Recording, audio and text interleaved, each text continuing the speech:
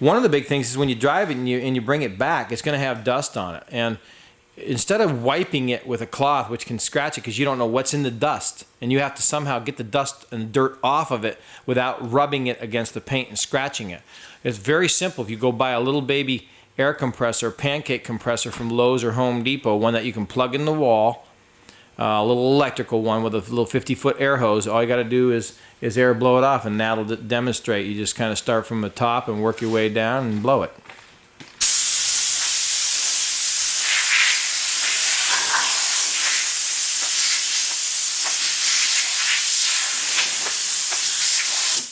And it's that simple. Go around the car and blow it off. Now you can go to the next level, which can be tack clothing it, or if it gets a lot of dirt on it, like for some reason you went by something got spilt on it or something, you just wet towel it down, which will show you that here in a minute. And we use these for before we paint, and you can take off almost all the dust. If you're somewhere and you can't air blow it, maybe you want to show the car, you just tack cloth it off. But you have to be real careful because it has beeswax in it. If you press it against the car, it'll leave little residues, little sticky residues on the car in different places. Now that's easy to come off with wax and grease remover, but it also can take off your glaze. So we're going to show you how you just do it light and it won't leave any residue. See, this is unfolded, but you got to unfold it all the way and then refold it because it's too hard, and when it's hard like that, it can leave the wax, the beeswax on it. So we'll show you. Got it refolded, and see how it's kind of fluffy, about a ½ inch thick. And when he does it, he just does it light. He doesn't push down on it. He just lets it glide by itself. And it'll take all the dust, especially now. See how he went across here? That's how you can get a lot of residue. You want to kind of go with the gaps when you do it. That way it doesn't leave a residue against it. And you'd be surprised, it'll take off pretty much everything off that you have on the car. And you just press a little bit, just enough weight just to hold it in your hand so it doesn't go away. But if you do happen to get a little residue on it, you can take wax and grease remover, which we're going to show you, with a little cloth and just wipe a little of the residue off. And it also, wax and grease remover is used for if you got any kind of a tar. If some tar gets on the finish or whatever, you'll use that on it. We'll give you the specific chemicals you use on specific things. Just like bugs, if you get bugs on it, you just use water. Don't use anything else because they just come right off with water. Sometimes they need to be soaked. You might have to put a little rag with a little water and let it sit on a bug spot or something for a couple minutes, and then it'll soften it up and it'll wipe right off. And that's how you clean bugs off of it. But Nat's going to get a little wax and grease remover here, and he's going to show you. You just pour a little on there. To these. Sunterra SPS, these surface preparator, these are real good for detailing the car and keeping it all clean. They're nice and soft, and of course they come out, they're brand new clean, each one. As soon as you get through with one thing, just toss it. Item number E4144. And you can see Nat's got one out, and he's just putting a little wax and grease, not too much, just a little dip. If you got a little beeswax or something, or a little stuff on there. It's hard to see on this car because when they're light, that stuff doesn't come out compared to like a black car. But let's just, he doesn't have any on it, but let's just say he did. You just give it a little wipe and just kind of stroke it one way, and then you turn the cloth and stroke it another way, and you can dry it up, or you can take two cloths, one with the wax and grease remover, and then one to dry it. And then let that alone. That'll dry. I don't know if you can see the little haze on there, but that'll dry up in a couple minutes. It just, it's wax and grease remover, and it's not going to hurt anything. It's just a special chemical. Won't hurt the paint at all. It's just there to take off residues. He's dampening this cloth up, and he's getting a lot in it. He's going to rinse it out a little bit. You can even do it in one hand or two hands, but you want it nice and damp, but you don't want it to where it's dripping. See here how it's just, when he holds it up, nothing drips off of it. It's just, by itself, nothing will drip off, but it's as wet as it can be without dripping by itself. And that gives you plenty enough moisture to take, whether you got bugs on the car, or you got some mud on the car, or you got something really heavy dirt or something that just won't wipe off with your air blowing or your tack ragging. We'll go over and do it on the car. He's wiping it real slow, give it a little time, not really pressing it down, just real light. And then see the little bit of residue, the dirt on it? And then he usually can go the whole length of the fender, but in this video, just to show you. And then you just keep on stroking it and turning the cloth until there's no more dirt on it. See, and when it's done, then you can just take a dry cloth and then you go back through and the same thing. You just wipe it.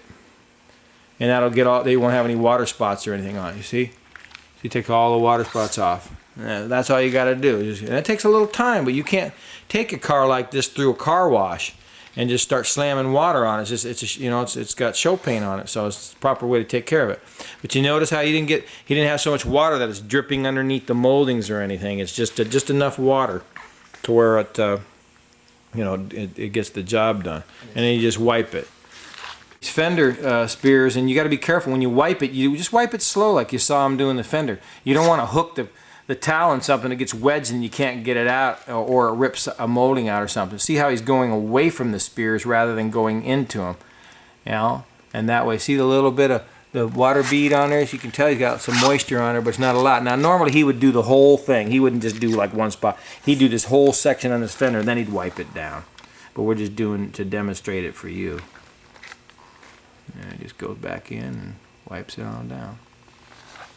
And that's it. Always go one way with it. Don't go back and forth, rubbing it in or nothing like this. Just stroke, turn it, stroke, turn the rag, stroke, and that's it.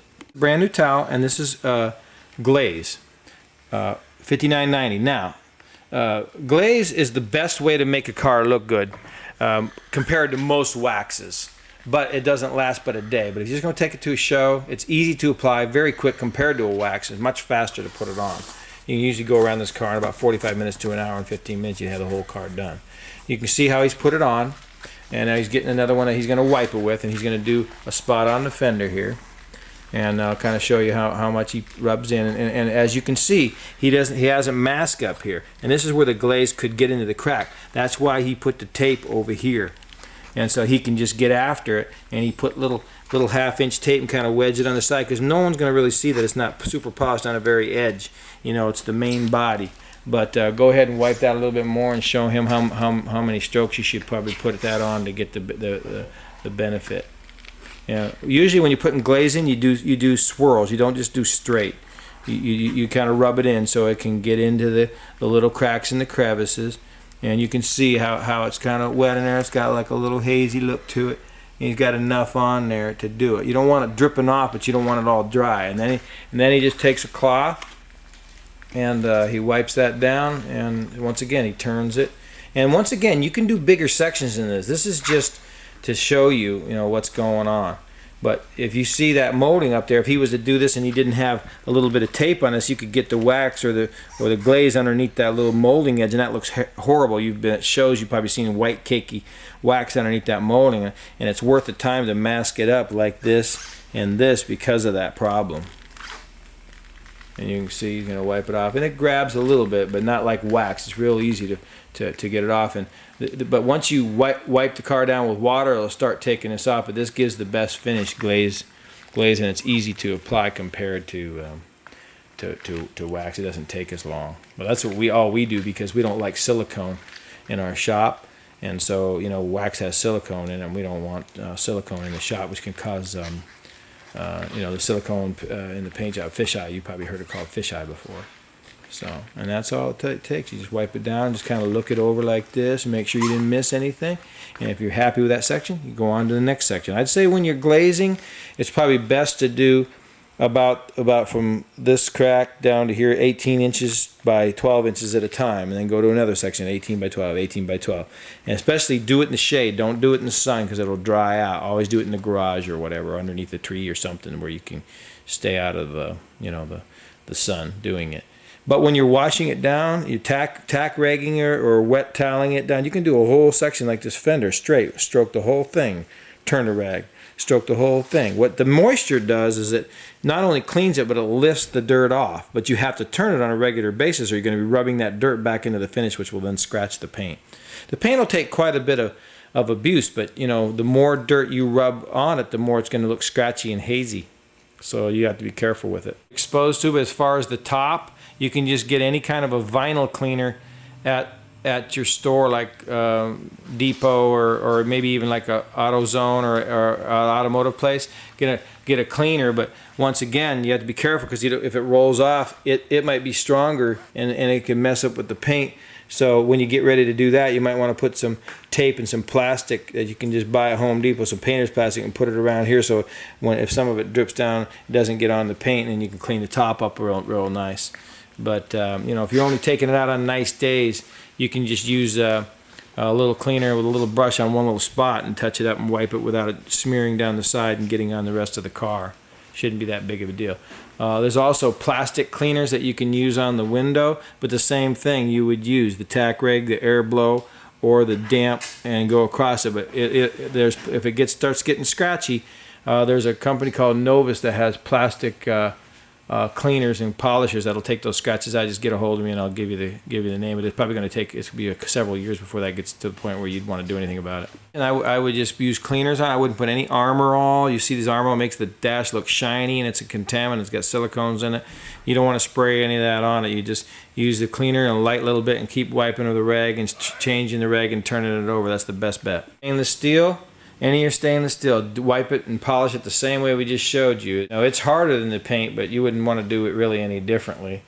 The tires, you can use black chrome. It's available from your auto parts store. You put it on there and it makes the tire look really nice and black without getting shiny like Armor All, cheap looking. So just a nice black on there. It really looks good. And of course you would wipe it with a damp cloth on the tire, get it all clean before you put that on there. You don't want to seal dirt underneath it. Now let's say that you have a spot that just won't come out. You've wiped it, you've cleaned it, you've glazed it, but it's still something stuck in there, or a little surface imperfection. What you can do is, see this cloth here? We're going to have some of this. It's called cheesecloth. It's a little rougher. The Finesse, we put Finesse it on here, which is a white liquid. And it's got a little cut to it, and this is what Nat buffed your whole car out with to get it to initially shine on it with a buffer. But you can also use this by hand, and then he's going to rub that in there, and then you just polish that spot out. And you just, same thing, you just have to polish it until the spot is out. If you do it 3 or 4 times and it's still in, and then it's so deep, then probably a professional is going to have to cut it out and buff it out then. But this will cut out. This will also remove the tiny little hairline scratches. If you get some hairline scratches from wiping it and it was dirty or something, this Finesse it will do that. Then you'll put that brown glaze on the top of it, and that'll finish it off. These are like little brush touch.